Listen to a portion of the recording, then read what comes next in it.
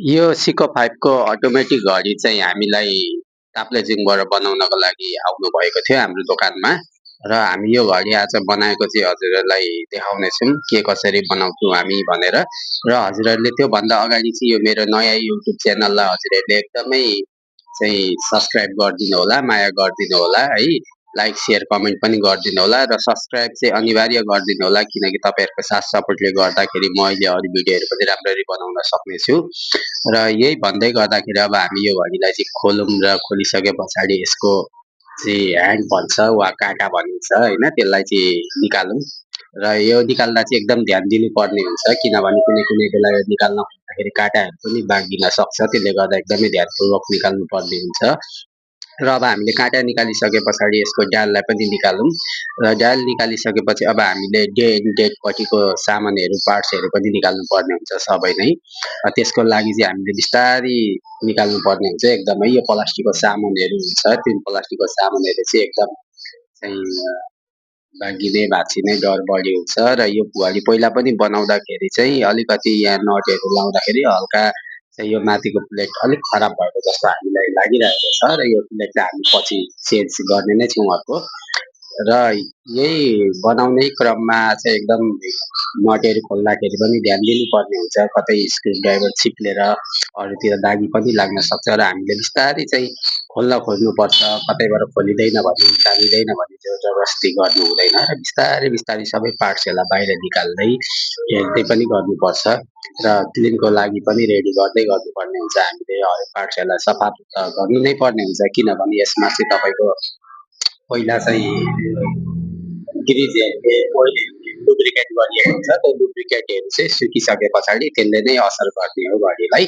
र अलिकति केयरफुल तरिकाले अब जस्तै यो चक्का हेर्नुहोस्, ख्याले यहाँ पुरै जाम भएको छ, कति निक्लिन अप्ठ्यारो भइरहेछ, मलाई निकाल्न अप्ठ्यारो भइरहेछ। त्यही पनि हामी यसलाई नभाँचिने तरिकाले नै निकाल्छौँ। र अब हामीले गेटपट्टिको सामानहरू त सबै खोलिसकेपछि अब हामी पछाडिपट्टिको मेन अटोमेटिक र चल्ने ठाउँ जुन हुन्छ कम्प्लिट ब्यालेन्स लाग्ने त्योहरू निकाल्छौँ। हामीले रोटर चाहिँ निकालिसकेका छौँ। अब रोटर पछि हामी यो अटो व्हिल पनि निकाल्छौँ र अटो व्हिल निकाल्नको लागि चाहिँ हामीले स्क्रुप चाहिँ तपाईँको उल्टो डाइरेक्सनमा घुम्छ होइन, एन्टी क्लकवाइजमा घुम्छ, त्यसलाई चाहिँ घुमाएर चाहिँ खोल्नुपर्ने हुन्छ। र अरू स्क्रुप त क्लकवाइजमा घुम्छ, तर यो अटो व्हिलको स्क्रुप चाहिँ एन्टी क्लकवाइजमा घुम्छ है, हजुरहरूले त्यो पनि याद गर्नुपर्ने हुन्छ।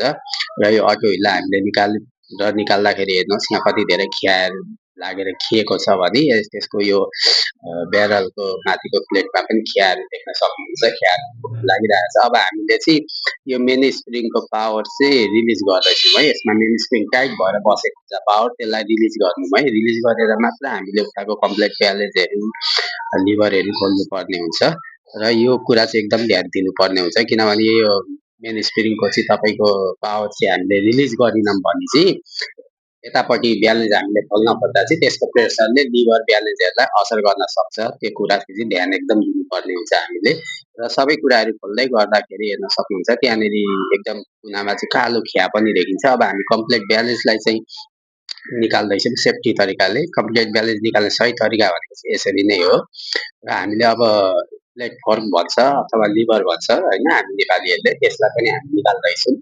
अब यो पनि निकालौँ, मजाले हेरौँ निकालेर होइन के कस्तो हुँदो रहेछ निकाल्यौँ। अब यो पनि हामीले निकालिसकेपछि चाहिँ टक्कसँगले निकालेर यसलाई राखौँ है। अब यो मेन ब्रिजको है, मेन ब्रिज पनि खोल्यौँ। मेन ब्रिज खोलिसके पछाडि यहाँ हेर्नुहोस्, मेन ब्रिजमा कति धेरै ग्रिज है, त्यो मेन स्प्रिङको ग्रिज चाहिँ तपाईँको लुब्रिकेट ग्रिज चाहिँ ओभरफ्लो भएर बाहिरैसम्म आएर चाहिँ त्यसले घडीलाई असर गरेर चाहिँ यो सर्भिसिङ गर्नुपर्ने अवस्थामा पुगेको हो।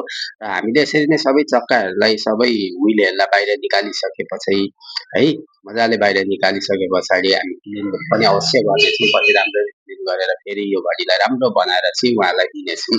र हजुरहरूको पनि यस्तै घडीहरू बनाउनु पर्ने छ भने चाहिँ हाम्रो नम्बरमा सम्पर्क गरेर नेपालभरिदेखि चाहिँ बनाउनको लागि पठाउन सक्नुहुनेछ। र अब हामी यो सिजरको लक होल्डर पनि निकाल्दैछौँ। लक होल्डर निकालिसके पछाडि यो सिजर पनि त कतिको खिएको छ, कस्तो छ, काम गर्छ गर्दैन हेरौँ। खियाले पुरै ग्रस्त भइसकेको छ भने यो अम्ब्रेला व्हिल भन्छ, अम्ब्रेला व्हिल पनि खराब छ।